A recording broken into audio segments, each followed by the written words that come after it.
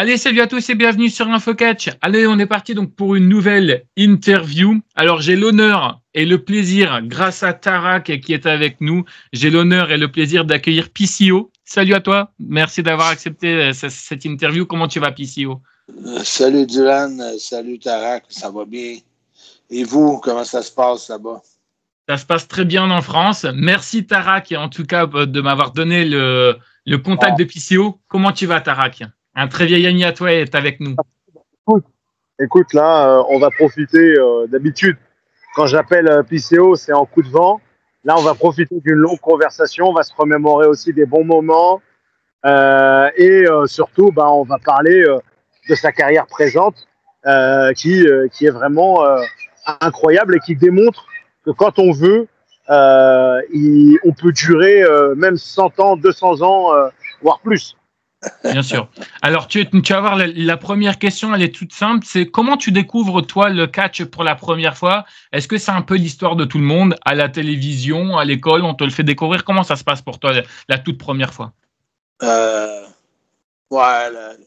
grands-parents, à la télévision. Ouais, au Québec, dans les années que moi, mettons que j'avais 2 ans ou 3 ans, donc, c'est 50 années de ça. Il y avait le hockey et la lutte et l'Église. C'est les 3 affaires principales qu'il y avait à la télévision. Donc, mon grand-père était fan de lutte. Donc, j'ai commencé à regarder ça avec lui tranquillement le dimanche matin. OK. Après ça, moi, j'ai joué au hockey parce que tout le monde joue au hockey au Canada. Et puis, il y avait souvent des pratiques tôt le matin à 6 h AM à peu près. Donc, je me levais vers 4 h du matin. Puis, il y avait tout le temps des reprises soit de documentaires d'Édouard Carpentier, ou de la lutte, ou des émissions de catch, de lutte qui passaient en reprise. Ouais. OK. Tu te rappelles un tout petit peu le premier match que tu as pu voir? Mais plus professionnellement, j'étais allé voir ça ici. Il y avait le Centre Paul Sauvé qui était bien connu à Montréal, mais ouais, je pense que c'est ça. Je pense que c'était le premier match qui est resté marqué dans mon esprit. Je ne sais pas si c'est le premier que je suis allé voir. Là. Je suis allé en voir une couple, là. Je ne sais pas chronologiquement parlant. Mais un qui est resté un peu marquant pour moi, c'était le premier match de soirée. C'était pas marquant, mais c'est juste que j'étais plus comme alerte à remarquer ce qui se passait. J'avais été son nom, c'est je me souviens pas vraiment. Ça va me revenir tantôt. C'est un gars d'All Japan. C'est un des 3 dans le temps de Misawa, Kobashi puis Kawada. Je pense Kawada.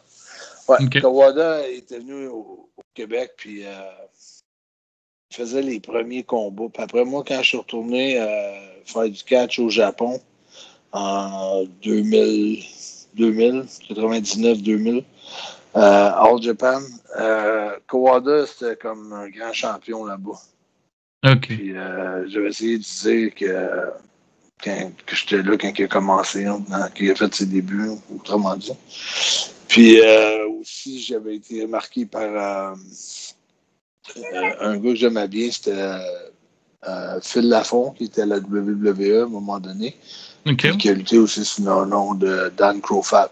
Donc, c'est des petits gars-là, là, puis après ça, je suis allé voir dans des plus grosses, comme au Forum de Montréal, les Road Warriors, les Non Bravo, les Rougeaux contre les Garvins.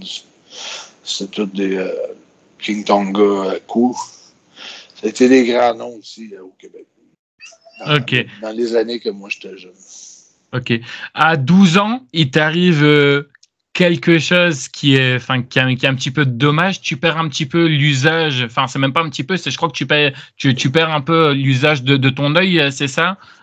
Complètement. Ouais. Tu peux nous raconter un petit peu cette histoire, si tu veux bien? Ben, ouais, j'ai toujours été cascadeur, moi, fait que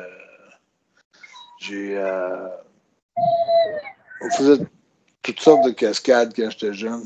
Donc, ça, c'est un intérêt de plus où ce que je sais pas comment je pourrais dire ça. Je sais pas si tu vas comprendre ce que je veux dire par une carabine à plomb. Oui. C'est ce que j'ai vu. Ben, c'est quand même assez puissant, mais c'est pas trop puissant. Ça peut pas tuer quelqu'un, mais ça pince quand même. Ça t'a ricoché au niveau des yeux, c'est ça? Moi, j'ai vu que c'est marqué que ça t'a ricoché au niveau de l'œil, c'est ça? Non, il n'y a pas eu de ricochet parce qu'on a manqué de plomb. Puis on a pris des fléchettes d'un jeu qui s'appelle Pick-up Stick.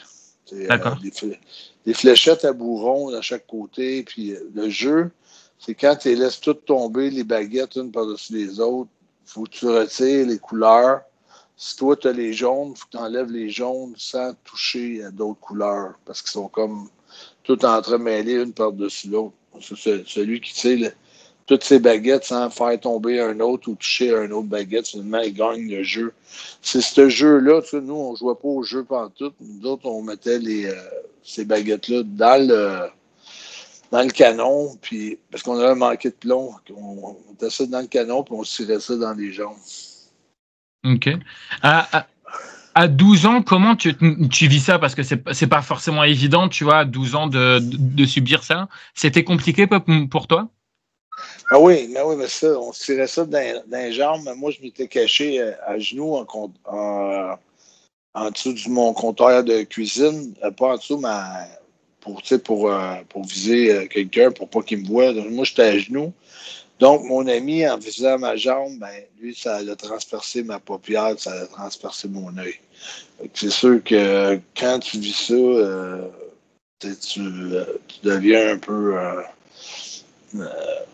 tu te fais un peu niaiser à l'école, un peu de bullying. Pas bullying dans le sens de te faire pousser, mais plus te faire ridiculiser. Faire dire des noms. La méchanceté des enfants naturels, sans s'en rendre compte. Ouais, puis, je comprends. Ça apporte plusieurs querelles, plusieurs batailles, je suis pas un gars qui aime ça me laisser plier sur les pieds, fait que je suis toujours j'ai défendu ça beaucoup pour que ça s'arrête rapidement. J'ai eu plusieurs combats à mon jeune âge de 12 ans. Ouais, non, mais je me doute. Et du coup, est-ce que cet handicap-là t'embête aujourd'hui? Ça te gêne au niveau de ta carrière qui est magnifique ou pas du tout? Ben, vu que c'est arrivé à un jeune âge, l'adaptation se fait quand même facilement. OK. Ben, tu sais, c'est certain que en jouant au hockey, j'ai eu des mises en échec dans le centre de la glace parce que il manque un côté d'angle mort, mais en catch, quand même pas pire parce que c'est pas plusieurs qui peuvent arriver de partout. Là. Ça peut, mais c'est pas comme un sport contact en équipe. Le football, le hockey, souvent je me faisais ramasser dans les angles morts. Football américain. OK. Tu vois, ouais, c'est un handicap que tu apprends à vivre avec. Mais même en voiture, il faut que tu sois ultra prudent. Chaque fois que tu prends soit une moto ou une voiture, bien sûr. Faut que tu te rendes compte que tout le temps, un côté que tu es porté à négliger puis qu'il ne faut pas que tu négliges. Bien sûr. Et puis en plus, tu vois, toi tu es un peu un modèle pour les gens parce qu'au moins, tu vois, ça prouve que, bah, tu vois, malheureusement, tu as eu cet handicap-là à 12 ans. C'est pas toi qui l'as choisi, mais au moins, tu vois, tu prouves avec ton parcours que c'est pas parce qu'on a un handicap qu'on ne peut pas aller loin au niveau du catch. Et ça, franchement, félicitations à toi. Tu dirais que c'était quoi, toi, le gros élément déclencheur qui t'a permis de passer en tant que simple fan de catch, tu vois, qui t'a dit, voilà, maintenant, aujourd'hui, je vais devenir lutteur? Moi, je pense que je le dis plusieurs fois, puis dans beaucoup de conférences que j'ai faites, dans beaucoup de séminaires. Okay. Je pense que la différence qui sépare vraiment ceux qui vont faire une carrière vraiment professionnelle de ça, de vivre juste de ça, puis de très bien vivre de ça, puis d'être dans une des majeures où tu n'as pas besoin d'un autre travail. Juste ce travail-là, c'est amplement suffisant pour bien vivre. C'est de... Pour moi, c'était de m'expatrier.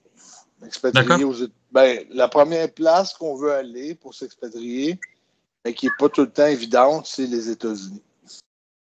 Au début, moi, j'envoyais, il y avait encore des territoires, beaucoup de territoires indépendants. J'envoyais beaucoup de CV, si tu veux, de curriculum, avec un peu mon historique de lutte, avec des bonnes photos, puis des bonnes manchettes de journal de ce que j'avais accompli déjà au niveau local. Ou si j'allais sur d'autres territoires, au Canada ou en Europe, je me servais de ça pour... maintenant, tu peux tout faire ça par Internet, mais c'est le même concept. Mais les yeux sont rivés sur la scène américaine. Ouais. Je ne dis pas qu'il n'y a pas de dépisteur, il n'y a pas d'agent ou il n'y a pas de personne qui est envoyée en sol canadien ou en sol européen ou japonais, mais c'est minime comparé à comment... En tout cas, juste pour faire la différence, en 2018, quand j'ai recommencé vraiment le combat qui a déclenché tout ça, c'est passé en Louisiane. Ben, le premier combat qui était déclencheur, c'était avec contre All Ego, Ethan Page, le champion de la NXT. J'ai eu un combat contre Ethan Page, ça s'est passé en Ohio ou en Indiana. Là, c'est Indiana, juste à côté de l'Ohio. Tu prends l'avion à Chicago, mais tu vas en Indiana, pas loin. Et puis le combat que j'ai fait contre Ethan Page, Joey Janela était là, puis il y avait plusieurs autres lutteurs américains qui étaient là. OK. Ils ont aimé mon combat, puis là, après ça, Joey, il a dit, je veux t'avoir sur mon Spring Break 2 à WrestleMania 34, c'est le Joey Janela Spring Break 2. Puis il dit, j'ai déjà un opposant pour toi, je vois déjà le match-up, là. Fait qu'il dit, ça va être Gunther, Walter. C'est ça, ouais. Yeah. Attends, on dit pas trop parce qu'il faut laisser un petit peu la surprise pour les gens, hein, je sais, excuse-moi. Donc, du coup, je fais un petit récapitulatif au niveau des gens. Toi, tu commences ta carrière en 1987, c'est ça? Tu vas partir dans plusieurs pays, notamment l'Afrique du Sud, l'Europe, et après, tu vas également aussi partir au Japon. Tu vas partir en 1993 à Porto Rico. Et tu dirais que c'est là où tu as fait cette rencontre ultime parce que je vois que tu rencontres Jacques Rougeau là-bas. C'est lui qui te fait booster ta carrière, tu dirais? Non, je dirais pas ça parce que je dirais le fait d'avoir été en Angleterre, d'avoir lutté à temps plein là-bas, 7 jours par semaine, le fait d'avoir été en Allemagne pour Catch Wrestling Association d'Autovans à l'époque, 7 jours par semaine, le fait d'avoir été 3 fois en Afrique du Sud en tournée, puis d'avoir envoyé un peu des curriculums, comme j'ai dit tantôt, à WCW, WWE, à d'autres fédérations comme la USWA des Jarrett au Tennessee. Les trois, toutes ces compagnies-là, la WCW voulait m'avoir pour un essai, un try-out. C'est ça. J'étais séduit pour un match avec la WCW. Ils ont montré beaucoup d'intérêt en moi. Après ça, la USWA, ils m'avaient donné une date de commencement. À l'époque, beaucoup de gars arrivaient de la USWA, du territoire des Jarrett pour la WWE. Un paquet de gars, là. Ça aurait été aussi un aussi bon chemin, peut-être un meilleur chemin. Mais Jacques Rougeau voulait m'avoir en équipe avec lui. C'est ça, tu as été 3 fois champion en équipe avec lui, c'est ça, hein? Ouais, c'est ça. Okay. J'ai fait 2 try-outs par moi-même toute seule avant. Tant que lui soit là, rien. Là. Je partais de Porto Rico, je prenais l'avion, j'allais en Caroline. J'ai fait 2 try-outs. là-bas, Caroline du Sud, Caroline du Nord. Après, je suis revenu, puis après, 2-3 mois après, on m'a rappelé pour m'offrir la job. Ouais. C'est ça, exactement. C'est en 1996. Je suis désolé, j'étais pas né. Donc, du coup, de 1996 à 1997, tu débarques du côté de la WCW où tu restes 1 an. Pourquoi 1 an? Et c'est quoi ton avis, toi, sur cette fameuse guerre qu'il y avait à l'époque entre la WF d'un côté et la WCW? Ah, c'était fantastique pour la lutte professionnelle. Parce qu'à chaque fois qu'il y a une guerre entre compagnies, c'est ceux qui en profitent le plus, c'est les fans, puis les deuxièmes, même les premiers qui en profitent le plus, c'est les lutteurs, les catcheurs, eux autres mêmes. Encore, ça fait monter les enchères. Comme présentement, Tony Khan, ça fait fâcher la WWE qui offre trop d'argent selon la WWE. Mettons, pour un gars comme Swerve Strickland, Ouais. Tu sais que dans les 7 chiffres, eux, ils trouvent que c'est incompréhensible. C'est pas normal. Donc, si t'as pas la AEW, t'as pas la TNA, puis t'as pas la WWE, les salaires, puis les emplois sont... Tout se retrouve sur un genre de monopoly que la WWE a toujours eu. Puis quand il y a eu la WCW, ben là, c'est on va dire, je vais utiliser l'expression anglaise, un leverage pour négocier. Puis tu peux toujours dire, avant de signer avec vous autres, je vais voir ce qu'il y a sur le marché pour moi. Tu sais. OK.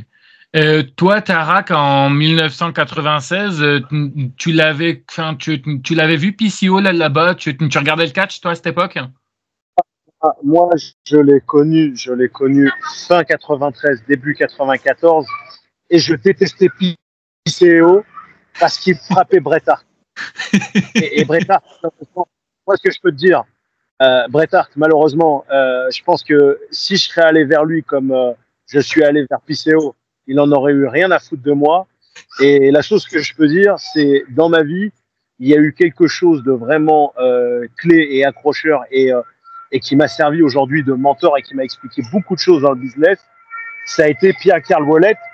Et jusqu'à maintenant, son parcours est inspirant parce qu'il fait des matchs que des jeunes aujourd'hui ne feraient pas.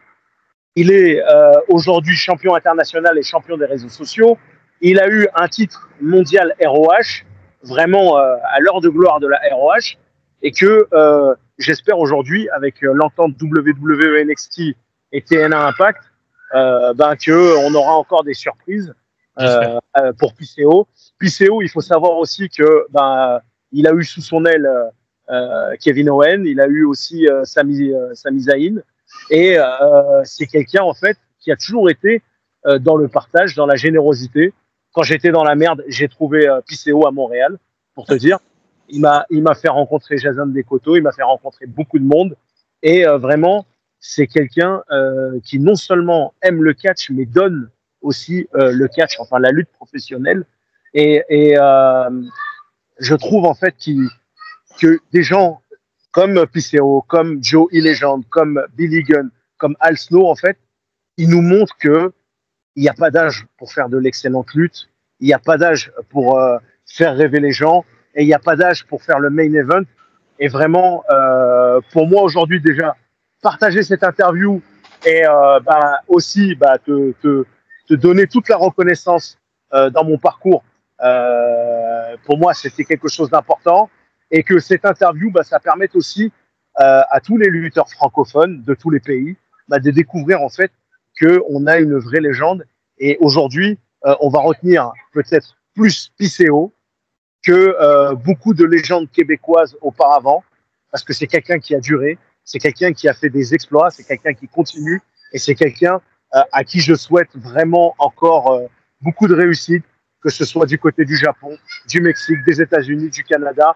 Et la chose qui est très importante, c'est que même là, dans cette interview, il nous apprend beaucoup, en fait, et que s'expatrier, comme a fait un certain ami Marquise Wildcard, qui a été avec PCO à Slammiversary, s'exporter parce que malheureusement la France n'est pas une terre d'opportunités pour le catch. D'ailleurs, PCO l'avait fait à la bonne époque avec Flash Gordon. Aujourd'hui, ça ne l'est plus parce que malheureusement, on a des producteurs télé et des producteurs audiovisuels qui ont décidé qu'on n'avait pas le droit aux mêmes chances que le continent américain.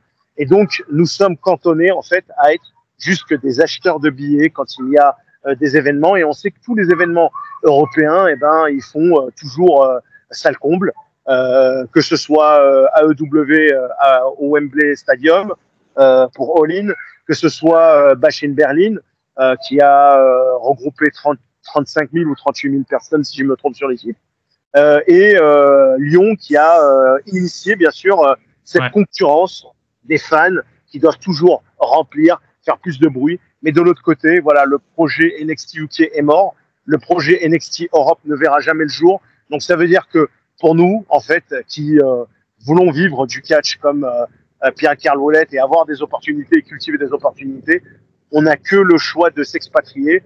On résiste comme on peut, on essaie de créer des opportunités, mais c'est dur. Et moi, ce que je souhaite, parce que je pense que ça fait depuis 2009 qu'on n'a pas vu Pierre-Carl Ouellet, c'est de l'avoir ici en France et pourquoi pas justement en profiter pour organiser des séminaires avec lui, comme on a pu le faire un moment aussi avec Joe E. Legend, et que voilà, le public français se rappelle d'une légende qui a fait le tour de l'Hexagone. Bien sûr. Qu'est-ce que tu penses de tout ça, toi, PCO, de tout ce qu'il vient de dire Tarak? T'es plutôt d'accord avec lui? Oui, absolument. Mais je trouve que c'est vrai, mais tu sais, comme pour faire l'exemple aussi, les parallèles, moi, je suis Canadien, il y a beaucoup de talent au Canada. Ça déborde de talent. Mais il n'y a pas de yeux sur eux. C'est la même chose dans plusieurs sports. Je ne sais pas pourquoi. Pour le moment, ça se passe aux États-Unis. C'est quand tu as un nom aux États-Unis, tu as Aigle Leblanc là, qui commence à prendre du terrain un peu. Mais tu sais, dans les gars que je trouve qui se sont beaucoup expatriés, qui ont réussi de l'Europe, Gunther, il a passé combien d'années à venir aux États-Unis là, puis à faire des indépendants. Là. Je te parle pas il n'a pas signé tout de suite avec la WWE. Là. Il a fait à Californie avec PWG. Il a fait plein de spectacles là, de catch partout à travers les États-Unis. C'est comme ça qu'il a fait son nom. En étant partout sur les cartes aux États-Unis. Après ça, il y a Dragunov, c'est un peu la même chose. Il a embarqué dans le pas de Walter. Il a fait beaucoup d'indie américains. Et ça a porté fruit. Sinon, tu avais beaucoup de talent aussi en Allemagne, tu as beaucoup de talent aussi en France. Mais si les gars restent en France ou restent en Allemagne strictement tout le temps, ils n'auront pas la chance de se faire voir. Ouais. Ah non, mais je suis d'accord avec toi. Ouais, tu voulais rajouter très vite, hein, Tarak, parce qu'après j'ai encore d'autres questions. Tu le dis toi-même. En fait, tu dois financer tes voyages toi-même. Tu dois te prendre en charge toi-même. Et en fait, si tu n'es pas un petit blindax, et tu as bien vu, moi, quand je suis arrivé au Canada, j'étais en mode clochard. Et, mais on a eu du plaisir pareil. Là. J'allais chez toi. Ça n'empêche pas que. Oui, tu étais en mode peut-être plus en mode de survie, mais c'est un peu ça pareil. Hein, comment de fois tu entends des histoires de Mick Foley ou de même Kevin Owens qui ont dormi dans leur auto combien de fois? Là? Ouais. Qui est mort SDF et qui est mort sans rien. Et je veux dire, quand on prend aussi à l'échelle française, le bourreau de Béthune qui est mort entre 4 planches pourries, même pas un cercueil décent. Et malheureusement, en fait, c'est vrai, on est les stars, en fait. On est les stars d'un jour, on peut profiter peut-être un moment parce qu'on a un bon booker de 5 étoiles, mais au niveau social, c'est extrêmement dur et il faut se battre. Et là-dessus, c'est vrai que je salue aussi ta persévérance et que il faut avoir le courage de s'expatrier peut-être ou avoir l'opportunité de recréer un système en Europe. On ne sait jamais, parce que à l'époque où tu étais en Europe avec Eurosport, ça fonctionnait quand même.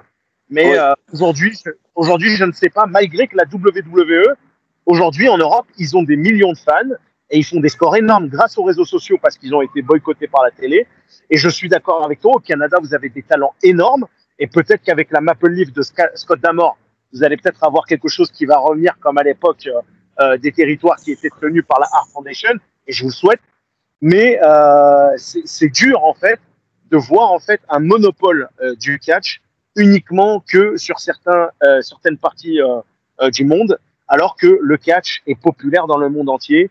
Il faut rappeler aussi les 10 milliards d'euros qui ont été signés en Arabie Saoudite, et je l'ai toujours dit, et que le catch, en fait, c'est exactement comme le cinéma, c'est exactement comme la fête foraine, tout le monde aime. Il n'y a pas un public, il y a des fans qui sont malades mentaux, mais il y a aussi le public lambda qui va dire, oh, ce soir, il y a un spectacle de lutte professionnelle, un spectacle Très vite, Interact, s'il te plaît. Allez voir, parce que j'aime bien.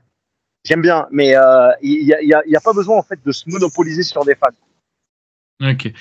Du coup, je me permets de revenir un petit peu, hein, excuse-moi, hein, puis si tu connais Tarak, je vais pas te l'apprendre. Du coup, en 1998, tu fais ton retour à la la WF, enfin WWF à l'époque. Un avis sur justement sur ton passage à WrestleMania 14, c'est ton seul WrestleMania que tu fais? Non, le 10, moi j'ai fait le 10. Puis, ah, c'est le 10, ok. Ok, ouais, bah le excuse-moi. 14, c'était à Boston, le 14? Je crois. Je crois que c'était ça. Bon. Ouais, j'étais au 14 aussi, mais je suis pas certain que j'étais. J'y étais sur place, puis j'y étais avec la compagnie à Boston, WrestleMania. Okay. Mais je me souviens pas d'avoir été dans le match. Je pense qu'on était là par présence, mais on n'était pas sur la carte en tant que tel. Ça a été la deuxième fois, le retour de la WWE. Ça a été difficile. Ça a duré juste 4 mois. Mais j'ai été là 2 ans. Mais okay. moi, on a fait 4 mois, les Québécois. Après ça, est-ce que je me souviens? Après ça, je pense qu'on a été comme pas mal enlevé de la télévision pendant un bout de temps. Puis après ça, on m'a envoyé à Power Pro, l'ancien club école. Il y a eu Florida Championship Wrestling. Il y a eu Ohio Valley Championship Wrestling, je pense que c'est OVW. Il y a eu FCW, mais il y a eu aussi Power Pro Wrestling à Memphis, au Tennessee. J'étais là avec Kurt Angle. Okay. Beaucoup de Samoans, Rosie, Umaga, Fatou, le père. Des copains? Ouais, il amenait ses enfants aussi, les Usos, ils venaient nous voir lutter. Okay. Ouais, beaucoup de cousins, mais ça luttait, là. Tout le monde participait dans le show, là. Pas les Usos, parce qu'il y avait peut-être une dizaine d'années, 9, 10, 11 ans, mais toutes les autres, là, Kurt, avec Glenn Kolka, Mick Turney, Sean Stasiak, Rick Grimes. Il y avait beaucoup de talent à Memphis. Bien sûr. C'est un peu le NXT d'aujourd'hui, là. Ouais, tu parlais de Walter tout à l'heure. Justement, tu as l'occasion de l'affronter en 2018. Du coup, ça fait quoi de te retrouver avec le champion WWE poids lourd qui est aujourd'hui WWE poids lourd? Tu l'as remarqué tout de suite que ce mec allait aller loin? Ouais, mais déjà, cette année-là, 2018, c'était pas. À chaque fois qu'il allait en quelque part, il était champion. De pas mal tous les territoires américains. L'avait en admiration. Que ce soit en Californie, un peu partout ce qui est allé. Okay. On le voyait qu'il était talentueux. Moi, quand on m'a fait l'offre pour ce combat-là, c'était ridicule pour moi. Là. Pour un gars d'expérience comme moi, j'aurais pu dire non facilement. même mon premier combat contre Ethan Page, là, écoute, j'avais pas beaucoup de salaire là, à ce temps-là. J'allais pour être certain de pouvoir me faire voir. C'est plus pour la visibilité. Parce que pour le match contre Walter, j'ai conduit 40 heures d'auto. D'accord. Oh putain, oui. Du Canada jusqu'en Louisiane, ça m'a pris 40 heures. Waouh. Sans dormir. Ouais, sans dormir. What? Ah Pour oui, quand arriver à même. l'heure. Parce que là, plus que j'avançais, plus que je trouvais que c'était. Je trouvais que ça allait pas vite. Puis Ok. ça m'a pris une quarantaine d'heures. Je suis arrivé la journée avant. Je suis arrivé une journée avant pour avoir un peu de sommeil. Là. Je voulais dormir avant un peu. Je suis arrivé une journée d'avance, mais je suis arrivé à minuit à peu près. J'ai eu le temps de voir, je pense que c'était Walter contre. Je ne sais pas si c'est contre qui. Je ne suis pas sûr si j'ai vu son match la veille ou s'il n'avait pas lutté l'après-midi, parce que dans ce temps-là, Walter, il faisait comme pendant le WrestleMania week-end, il faisait comme 3 combats par jour quasiment. Un mettons, vers midi, Ok. un autre vers 5 heures, puis un autre le soir. D'accord. Pendant 3-4 jours, là, 5 jours. Ok. Fait que j'ai fait ça en auto, moi. D'accord. Bah, Pour 250 balles. putain. Bah, non, mais honnêtement, franchement, tu vois. Mais Non, moi, mais c'est j'aurais vrai. pu dire, moi, je suis le PCO, je suis un champion du Bien monde. sûr. Bien sûr, bien sûr. WWF, je demande au moins ça, je veux un billet d'avion première classe. Ouais, mais Mais j'aurais pas été. J'aurais pas eu de combat. bien sûr, mais tu te la racontes pas et ça, tu vois, c'est bien. On va rentrer, je suis désolé, dans les questions compliquées. Alors, je sais que toi, tu as l'habitude, PCO, d'avoir des questions, mais je te jure, c'est pas pour me jeter des fleurs. Tu peux demander à Tarak, quand j'envoie mes questions, je te jure, elles sont vraiment très croustillantes et très intéressantes. N'est-ce pas, Tarak? Alors, tu verras, on va commencer tout simple. C'était quoi pour toi, depuis que tu es un catcheur, l'un de tes meilleurs matchs que tu as fait jusqu'à maintenant et l'un de tes pires matchs? Un de mes meilleurs, j'en ai plusieurs. C'est dur. OK. J'en ai une dizaine de meilleurs. Tu sais, mais je peux en nommer facilement. Là, un contre Walter, là, ça, c'est sûr que c'est un grand match. Ça, c'est un des plus beaux matchs. Le match de retraite contre Jacques Rougeau en main event à guichet fermé à Montréal, OK. dans le Forum de Montréal, 18 500 personnes. C'est sûr que ça aussi, c'est très spécial. Mon match contre Rouge, que je suis devenu champion du monde, le Ring of Honor, c'était vraiment spécial. Ça. C'est comme moment. Comme je trouvais que c'était pas. Le moment était spécial, pas autant que le match. Là. Le match, j'ai trouvé que c'était quand même bien, mais c'était pas un de mes matchs préférés. Dans mes matchs préférés, j'ai un match contre Shawn Michaels au Forum de Montréal. J'ai deux matchs contre Bret Hart que je trouve qui ont été phénoménales. OK. Le match de Walter. J'ai un match que j'ai fait. J'ai des bons aussi que j'ai aimés à TNA, dont un pour le match de championnat du monde contre Steve Macklin. OK. C'est un match pas de disqualification, genre. C'était quand même très violent, mais c'était vraiment. Les gens parlaient du match de l'année. Là. Ça s'est parlé un peu. Pour certains, c'était le match de l'année. OK. T'es d'accord avec ça? Ben, un des bons de l'année, on peut pas avoir. Je vois pas tous les autres matchs pareils. C'est tellement de fédérations, le Japon, All Elite, je vois pas tous les bons matchs. Oui, bien sûr. On entend parler, je peux pas dire. C'était certains qui auraient dû être mentionnés dans les matchs de l'année. Là. C'est sûr. OK. Et au niveau de tes pires matchs, ça serait quoi, tu dirais, toi? Des fois, là, il y a tellement de choses qui font que qu'est-ce qui arrive, que ça fait un pas bon match. C'est pas des excuses, mais souvent, si tu viens pour prendre un avion, l'avion est cancellé, il faut que tu dormes à terre sur l'aéroport, sur le plancher de l'aéroport, ou que tu trouves une chambre d'hôtel où tu n'as pas le temps de dormir, puis tu reprends un avion tout de suite le lendemain, puis tu es supposé arriver une journée d'avance, tu dois être reposé, frais et dispo pour ton match, puis tu n'as pas dormi pendant 2 jours, tu as juste voyagé. Des fois, ça peut te jouer des tours. Point de vue de manque d'énergie, la fatigue, tout ça. Mais je te dirais un de mes pires matchs. C'est compliqué, je sais, c'est compliqué de s'auto-juger, surtout quand on a fait plein de matchs comme toi. Non, mais de dire le pire, tu sais, j'ai pas vu, mais de la réaction, pas de la foule, mais de la réaction mettons, avec la E en 2009. C'était un match contre Charlie Haas, l'ancien partenaire de Shelton Benjamin. OK.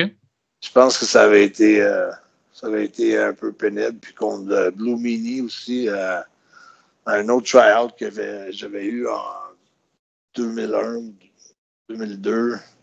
Okay. Mais les try-outs, tu peux avoir des mauvais matchs puis te faire engager. Comme tu peux avoir le meilleur match de la soirée puis pas te faire engager. Ça n'a aucune incidence. C'est bizarre à expliquer parce que je me souviens qu'en 2003, là, j'ai eu un de mes bons matchs. C'était un match try-out en 2003 à WWE à Montréal.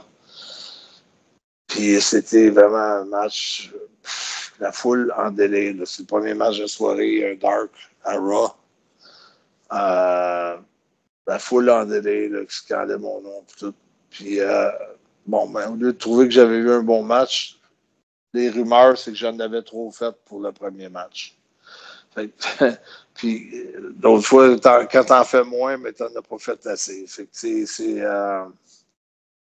Mais je pense que Blue Mini, ça, je me souviens que ça n'avait pas été un chef-d'œuvre. Je sais pas si tu te souviens de lui, là, quand il était à l'époque de la WWE. Pas trop, je pense pas. C'était quoi? C'était comme une réplique de NWO, mais je pense que c'était Blue. Je ne sais pas trop la formule, là, mais c'est un genre de comparatif à la NWO, mais avec des gars de la ECW. OK. Ouais. Tarak, vraiment rapidement, s'il te plaît, ça ne te dérange pas. Un des matchs qui t'a le plus marqué, toi, de PCO, c'est quoi? En équipe, avec les Québécois contre les Steiner Brothers. OK. Vraiment, deux équipes, la quintessence du catch par équipe. Et vraiment, c'est quelque chose qui m'a marqué. C'est quelque chose qui m'a marqué et qui fait que on retient plus les catcheurs de cette époque-là qu'aujourd'hui tous les catcheurs qu'on a eu successivement depuis l'Attitude Era. Il y en a très peu qui retiennent ton attention, mais tous ceux qui ont été dans la Golden Era, dont PCO a fait partie, on les retient. Et vraiment, ce match-là, les Steiner Brothers contre les Québécois, pour moi, c'est un classique match parce que voilà, c'est deux équipes avec leur technique, leur style. En plus, c'était toute une ambiance à l'époque où Lex Luger avait formé le bloc américain et eux, ils faisaient partie des foreigners anti-américains avec Jim Cornette derrière. OK. Pour toi, PCO, tu dirais, avec ton expérience, toi qui étais un petit peu partout, c'est quoi qui est compliqué, selon toi, en étant catcheur? Qu'est-ce qui est compliqué? C'est quoi? C'est beaucoup de sacrifices, c'est le fait de pouvoir voyager tout le temps. Tu dirais que c'est quoi, toi, la chose la plus compliquée dans ton métier? Ouais, les avions, ce que je trouve qui arrive avec les avions, c'est que souvent, il y a des problèmes mécaniques ou des vols retardés. Ça prend un bon moral parce que passer des journées à l'aéroport ou des connexions entre deux vols qui sont de plus de 2 heures, 2, 3, 4 heures à attendre entre deux vols, des mauvaises connexions. Des journées où tu te retournes à la maison parce que l'avion ne décolle pas, puis là, tu retournes chez vous, puis là, tu veux pas manquer ton réveil matin parce que ton vol est super tôt le lendemain pour arriver à temps. Tout l'aspect voyage est très difficile. Toi aussi, tu sais, les voyages dans l'Ouest, les voyages au Texas, tout ça. Si moi, je pars du Nord-Est, là, c'est complètement... c'est des longs voyages. Après ça, faut que tu mettes l'effort. Faut que tu mettes l'effort tout le temps dans le gym. Faut que tu mettes l'effort partout. Dans l'alimentation, dans le gym, dans être bien énergisé, dans être balancé. Puis si tu veux de la longévité, mais il faut que tu t'éloignes de la boisson, ces choses-là. Pas de sortie. Ouais. Jamais de sortie, jamais de party. OK. C'est une vie un peu de moine. Ouais. Dans mon cas, là. C'est pas le cas pour tout le monde, là, parce que c'était pas le cas non plus quand j'avais 25 ans. Mais même jusqu'à 40 ans, c'est pas le cas. Là. Je faisais comme tout le monde, je profitais de la vie. Mais Je me doute. aujourd'hui, pour arriver à performer à un niveau aussi bon que les jeunes, il faut que tu fasses plus qu'eux. Ouais. Faut que tu mettes plus d'efforts qu'eux. C'est logique. OK. Une question un peu... ouais, vas-y, Tarek, mais vraiment très, très vite, hein, s'il te plaît, vas-y. Je vais juste lui demander, t'es toujours au Pro Gym à Montréal ou t'es dans un autre gym? Non, dans le fond, c'est ouvert un Pro Gym à Saint-Jean-sur-Richelieu. Et ça a changé de nom pour Go Gym, le gym du Go Girard. Mais c'est un ancien Pro Gym aussi. C'est la même grandeur de gym. C'est la même superficie. Mais je ne suis pas à Montréal. Je ne vais plus à Montréal. Montréal a beaucoup changé, Tarak, depuis que tu es parti. Montréal est devenu une ville pour les cyclistes. C'est plus pour les autos. C'est difficile. Ils ont fait beaucoup de pistes cyclables. Ils ont cancellé beaucoup de rues. Ils ont mis ça. La vie est très difficile pour les automobilistes. J'avais une question. On essaie d'éviter la ville de Montréal le plus possible. J'avais une question un peu personnelle, si ça ne te dérange pas. Est-ce que, malgré que tu es lutteur et malgré que tu voyages tous les jours, est-ce que tu arrives quand même à avoir une vie privée? Est-ce que tu arrives à avoir une compagne, des enfants? J'ai pas pu avoir d'informations par rapport à ça. J'en parle jamais de ma vie privée. Okay. J'ai une fille. D'accord. Okay. Elle a 16 ans, c'est tout. OK. Elle n'est pas dans le monde du catch, elle ne veut pas? Non, pour le moment, non. Peut-être qu'à un moment, ça l'avait peut-être intéressé, mais depuis 2-3 ans, mais tu sais, elle n'est pas loin du monde du catch, pareil, parce que moi, je l'ai pris souvent, je demandais souvent de donner le téléphone pour faire des vidéos que je faisais avec Destro, mon manager. Puis, aussitôt, puis elle était jeune, hein, elle avait 5, 6, 7, 8 ans. Puis à un moment donné, quand c'était temps de faire son secondaire, elle s'était inscrite en option cinéma. D'accord. Donc, elle aimerait ça être bonne en avant de caméra. Elle fait des commerciaux. Elle est sur une liste, l'agence pour les acteurs. Là, elle a une agence. Puis, elle fait un peu de commerciaux. Elle fait des apparitions. Okay. Des rôles parlants un peu, des fois non parlants. Et puis, mais elle aimerait mieux être à l'arrière de la caméra. Elle veut vraiment produire. Elle s'est beaucoup, ce que je peux comprendre. Elle s'est beaucoup inspirée de ma carrière. Elle s'est beaucoup inspirée, je te dirais, aussi de l'histoire des frères qui ont écrit la série Stranger Things. Elle, c'est une lectrice. Elle lit des livres, dévore des livres. Okay. C'était un livre par semaine. Fait que c'est sûr que je ne me souviens pas leur nom, là, les Dudley Brothers, je pense. Je ne me souviens pas trop de leur nom. Mais c'est inspiré de leur livre et de leur histoire avec Stranger Things pour un peu choisir un chemin de carrière. OK. Et juste rapidement, une dernière question sur ta fille. Après, on passera à une autre question. Il n'y a pas de souci. Je voulais savoir, est-ce qu'elle est fière de son papa aujourd'hui? Est-ce qu'elle est fière du parcours que tu as accompli? Elle te l'a déjà dit? Bon, elle me le dit souvent, mais c'est sûr que là, à l'âge de l'adolescence, c'est moins que quand il était. C'est moins démonstrative présentement parce que avec ses amis, puis elle a tout son monde à elle, là, mais que c'était quand il était jeune, où il a démontré beaucoup. Ok. Ouais. J'ai une question bonus, d'accord? C'est la question la plus compliquée de l'interview. Je vais te donner une baguette magique, d'accord? Alors là, ça risque d'être compliqué pour toi parce que tu as affronté tellement de monde, mais si jamais je te dis, ben voilà, en fait, avec cette baguette magique, tu fais apparaître 3 catcheurs de ton choix, peut-être 3 catcheurs que tu n'as pas pu affronter. Ça peut être des catcheurs qui sont morts actuellement, ça peut être des catcheurs qui sont toujours vivants, mais quel catcheur tu souhaiterais affronter si tu avais la possibilité d'affronter 3 catcheurs immédiatement? Ben, c'est sûr que quand j'avais commencé en 2018, j'avais fait une entrevue live. C'était pendant All-In 1, mais j'avais pas pu être là parce que j'étais déjà sur un autre show booké depuis longtemps, puis ils connaissaient les Young Bucks. Okay. Mais les Bucks et Cody voulaient vraiment m'avoir sur All-In.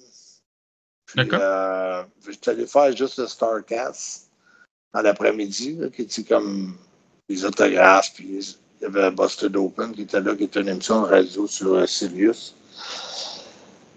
Et j'avais fait une émission live avec là-bas, à l'hôtel où il y avait le Starcast avec Bully Ray puis David LaGreca. Puis j'avais dit, à l'époque, Undertaker n'avait pas encore été retiré. Il n'avait pas pris sa retraite. Que c'était mon dream match, c'était contre Undertaker. Et aussi, il y a beaucoup de monde qui voulait voir Sting contre PCO. Oh! Ça aurait pu être un sacré match. Oui, il y a beaucoup de monde qui voulait voir, qui aurait aimé le match-up Sting-PCO. Ça s'est tagué souvent un contre l'autre. Match. Tu sais, je te dis mes dream matchs à moi, mais en même temps, je te dis un peu ce que les fans veulent voir. Là, tu sais. Ouais. Après ça, il y a eu beaucoup. Dernièrement, là, il y a beaucoup de monde qui veulent voir PCO contre Obi Fema. Comment c'est? Obi Fema, c'est ça? Je crois que c'est ça. Ouais, Oba Femi. Oba Femi, ouais, c'est ça, excuse-moi. Le temps que le nom revient, non, mais il n'y a pas de temps. Oba Femi, ouais, à la NXT, là, ça accapare beaucoup d'attention présentement. Là, sur ça, mais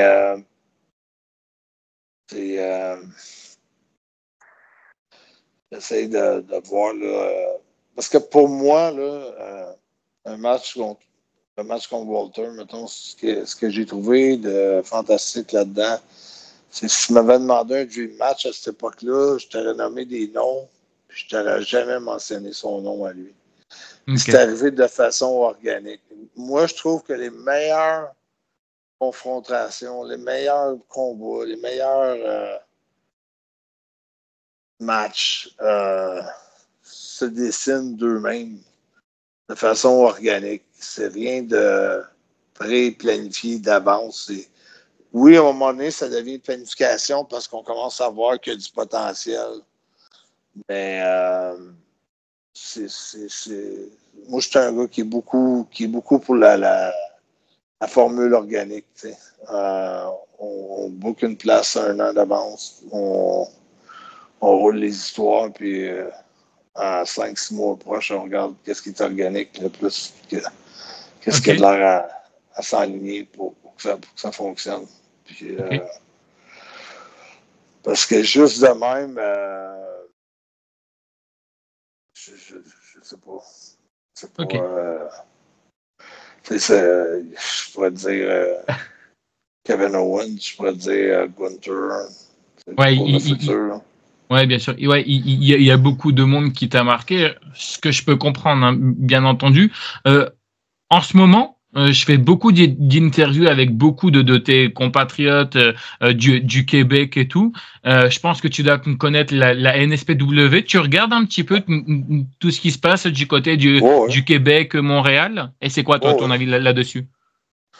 Ben, je regarde. Écoute, je ne suis pas à l'affût, à la fine pointe, mais je connais pas mal c'est qui les acteurs importants là, présentement là, au Québec. Puis, OK. je pense que c'est W.C. King, Marc-André, je ne sais pas si tu connais. Ouais. Oui, tu connais. Bon, t'as Marco Estrada, Bien sûr. Ian Harrison, Zach Patterson, TB. Ouais. Il y a aussi. Tabarnak de Team. Ouais. Shane Martel, ça te dit quelque chose? Toi, je pense que tu as dû connaître. OK. Ben, j'ai connu son père, Kevin, puis son oncle Ricky. Hein. Oui. OK. Ben, je ne savais pas qu'il était déjà rendu à être un bon prospect, là, parce qu'il est quand même relativement nouveau dans le business. Oui. Il est assez nouveau. Je voulais savoir, toi qui as la TNA aujourd'hui, c'est quoi ton regard sur le catch d'aujourd'hui? Est-ce que tu trouves que le catch est meilleur qu'avant? Parce que tu vois, avant, il y avait toutes ces rumeurs de drogue, d'alcool et tout. C'est quoi, toi, ton avis sur le catch d'aujourd'hui? Ah, c'est sûr qu'on est des années-lumière de changement. Là. C'est plus... Souvent, moi, on a fait un salle comble à TNA à l'Auditorium de Verdun, 4000 personnes. C'est une belle grosse aréna. Puis, c'était une des meilleures atmosphères que moi j'ai vécues les dernières années. C'est là que j'ai gagné le championnat international, puis le championnat des télévisions, réseaux sociaux et tout. Puis, écoute, c'était incroyable comme atmosphère. Les gens qui sont venus voir ça, il y en avait beaucoup qui avaient été peut-être une dizaine d'années sans voir un gala de lutte. Ouais. Puis, une des premières choses qu'ils ont dit, c'est des prises de lutte, des prises de catch, on n'en voit presque plus. C'est beaucoup d'acrobatie qui a pris place. De temps en temps, quand on appelle ça le catch pure wrestling. Là. Mais sinon, on voit plus des gens de Will Ospreay, des Mike Ricochet. Des Ricochet, des styles aériens. La voltige beaucoup, puis beaucoup aussi Commander, puis Hologram, puis beaucoup du Mexique aussi, ça voltige beaucoup. Dragon Lee, Bandido, il est blessé, là, c'est très bon. Hein. Mais Bandido, il est bon dans plusieurs styles. Là. C'est pas juste un gars qui est capable de faire du high flying, capable aussi de. Mais ça, l'aspect. C'est plus dur de monter une bonne histoire, parce que c'est comme. Tout est plus vite, les fast-food, tout est plus rapide. Fait que le monde n'a pas un temps d'attention d'intérêt qui est long. Avec les réseaux sociaux, on change vite la nouvelle. On TikTok, tout de suite, on passe à l'autre. On va vite partout. Fait que, le temps d'attention est moins là. Fait que si tu mets une prise de tête de 30 secondes, tu risques de perdre l'attention des gens aujourd'hui. Fait que ça a fait en sorte que la vitesse a pris beaucoup d'importance Je suis d'accord. dans l'aspect du catch. OK.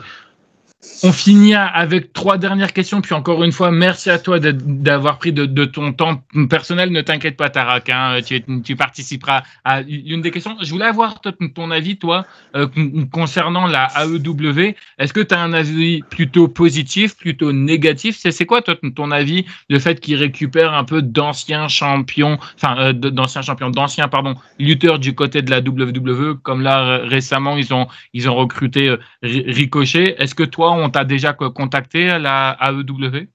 Ah, ben oui, souvent. Ouais. On m'a contacté au moins 5 ou 6 fois. Là, dans le fond, si j'ai pas un regret, parce que c'est pas un regret, j'ai eu une infection à un coude, un Staphylococcus aureus. A fait un combat dans le désert contre Eddie Edwards à la TNA.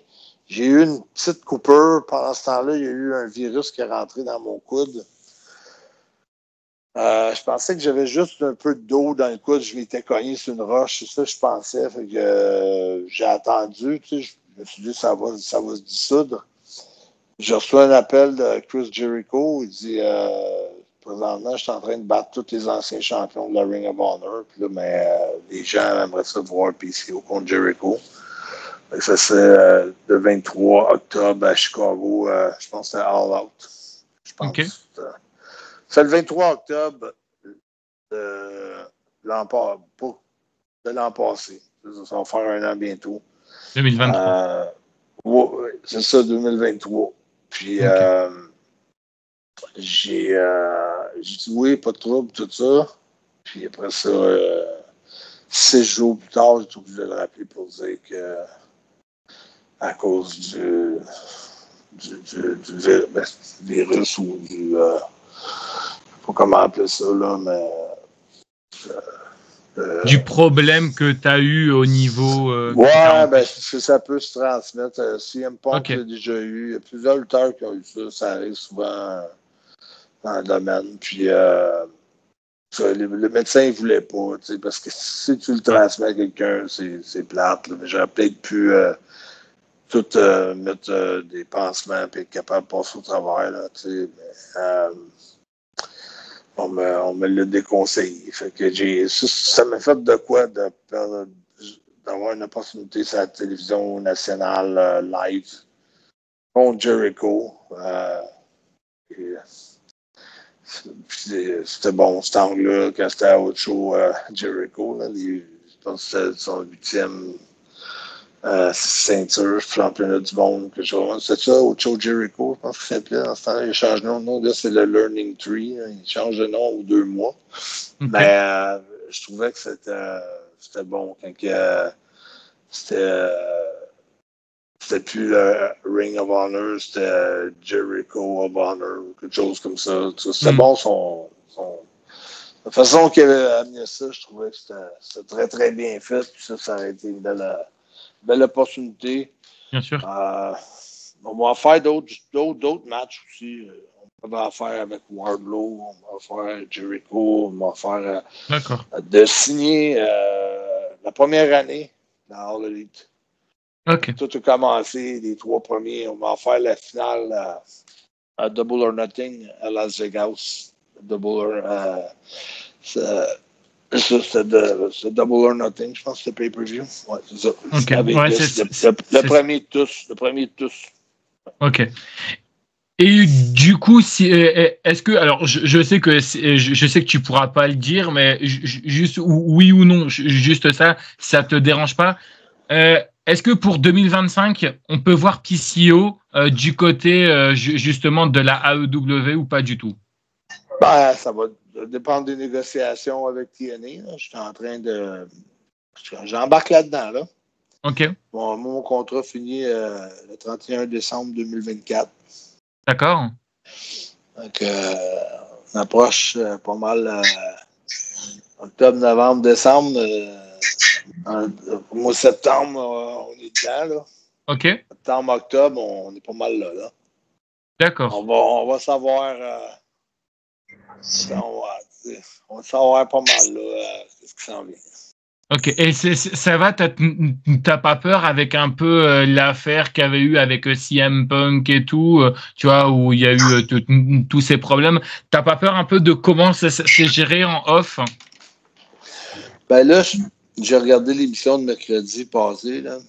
OK. J'ai beaucoup aimé qu'il ait fait brûler la maison de Sean Strickland. Là. OK. J'ai aimé ça. J'ai trouvé ça très bon. Ouais. OK, bah après, c'est ton point de vue. Hein. Je ne sais pas les autres ce qu'ils en pensent, mais je trouve qu'il embarque un peu dans à montrer que c'est une compagnie qui n'a pas peur de dépenser pour passer à une histoire. Ça fait une histoire qui coûte cher, mais je trouve que ça démontre le sérieux de la compagnie de vouloir réussir. Je trouve que c'est sur une meilleure lancée présentement qu'ils ont déjà été. Par contre, il y a d'autres choses qui ne marchent pas encore. Il y a des choses à corriger, mais j'ai l'impression qu'on est en train d'ajuster le tir tranquillement. OK. Et du coup, pour finir, comme je te dis, on finit vraiment avec deux dernières questions. Comme ça, au moins, Tarak, qui est revenu, il va pouvoir reparticiper. Je voulais savoir quel était le meilleur souvenir que tu as partagé avec Tarak. C'est quoi le meilleur souvenir que tu te souviens? Je pense que c'est quand on a tourné un de mes vidéos qu'on avait fait avec Jason puis Tarak, qui était des idées de Jason puis Tarak mélangées, je pense, parce que je prenais une photo de Jean-Pierre Lafitte, puis je pliais dans mes mains, je déchirais pour dire que je passais à une autre étape de ma vie, puis on me voyait courir dans les escaliers du pont Jacques-Cartier, puis sur le pont Jacques-Cartier, puis je pense que c'était vraiment intense, c'était bien fait. Tarak a participé à ça. Puis moi, je me souviens qu'on a eu beaucoup de plaisir. OK. Et toi, Tarak, ton meilleur souvenir, oublie pas de réactiver ton micro. Hein. Faut que tu réactives le micro. Ah, voilà, c'est bon. Moi, mon meilleur souvenir, c'est le jour où on a dîné chez Jason Descoteaux dans sa pyramide et qu'on a mangé un steak de 4 livres, je crois. Ouais. C'était incroyable. C'était incroyable. J'ai pas oublié ça. C'est impossible. Avec nous, on mange toujours bien. On mange toujours bien. Tarak, tu portes-tu toujours ton collier? Comment? Tu portes toujours ton collier? Ton gros collier? Non, je l'ai perdu depuis. Ah ouais, ça te faisait tout un style, hein? Et pareil, moi j'avais juste une dernière question, PCO, puis encore une fois, merci à toi d'avoir accepté cette interview. Tu sais, ici, on est en France, tu connais bien Tarak et tout. Tu sais, il y a là, justement, tu vois, il y a la lucha libre et tout. Est-ce qu'un jour, on aurait l'occasion, alors peut-être pas maintenant, parce que comme tu dis, là, tu es sous contrat avec la TNA, tu as peut-être, je dis bien peut-être, hein, je mets ça au conditionnel, on te verra peut-être pour 2025, tout dépend de comment ça se passe au niveau des négociations avec la AEW. C'est tout ce que je te souhaite. J'espère juste en tout cas qu'à la fin de ta carrière, tu iras où là tout a commencé pour toi, c'est-à-dire la WWE. Mais est-ce que tu pourrais nous dire là en exclusivité sur InfoCatch, est-ce que on pourrait un jour te voir du côté de la lucha libre du côté de Paris? Je ne sais pas, tu m'apprends ça, là, la lucha libre de Paris. C'est qui est promoteur? C'est Tarak. Oui, Tarak, comment ça va, Tarak? Tarak, vas-y. Tu vas en parler un peu. C'est moi le premier. Oui, comment ça se passe? On va essayer de développer un projet vidéo et on va essayer d'avoir des salles. Et comme je t'ai dit, j'aimerais bien qu'on te fasse venir. Quand je pourrai, on essaiera. Pour le moment, c'est sûr, je ne peux pas aller en Europe à cause que tes contrats arrivent trop rapidement. Oui, c'est ça. Bien sûr. Ok. Franchement,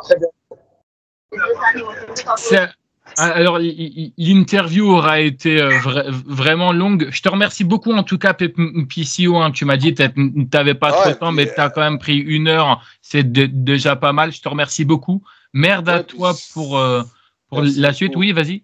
Mais si c'est long, tu peux la faire en 2 épisodes. C'est pas grave.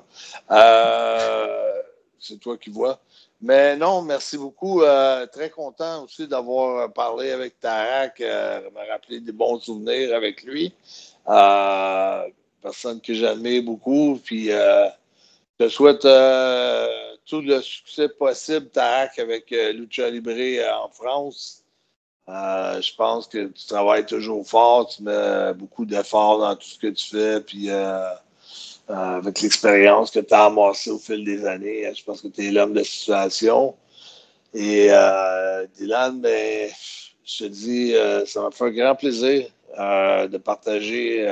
Tout le plaisir était pour moi, PCO. Honnêtement, franchement, je te jure, enfin, je te coupe juste 2 petites minutes. Quand Tarak m'a dit j'ai le contact de quelqu'un, je me suis dit il va me se sortir quelqu'un que je connaissais pas trop. Et là, je vois PCO. Je fais attends, tu te fous de moi? Et puis au final, non, c'est bien toi. Et franchement, je voulais juste te remercier en tout cas qu'une personne comme toi, justement, puisse prendre du temps ici pour venir parler. Donc franchement, merci énormément à toi.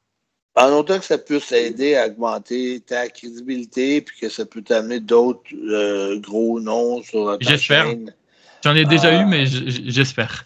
J'aime ça, mettons, je fais une entrevue avec quelqu'un, puis 5 ans plus tard, je me dis que cette personne-là a vraiment beaucoup de succès. Ça me fait vraiment plaisir c'est gentil, merci en tout cas. De contribuer. Merci beaucoup. Ça me fait plaisir. Je vais te laisser. Merci encore, Tarak. Désolé aux gens qui nous ont écoutés pour les problèmes de son. Merci à toi. On a essayé de tout faire pour qu'il allume la caméra. Il a pas réussi. C'est des choses qui arrivent. Bref, c'est pas grave. Merci, PCO. Merci, Tarak, en tout cas, pour ce contact. Et puis, moi, je vous dis à bientôt pour une prochaine vidéo. Allez, bye.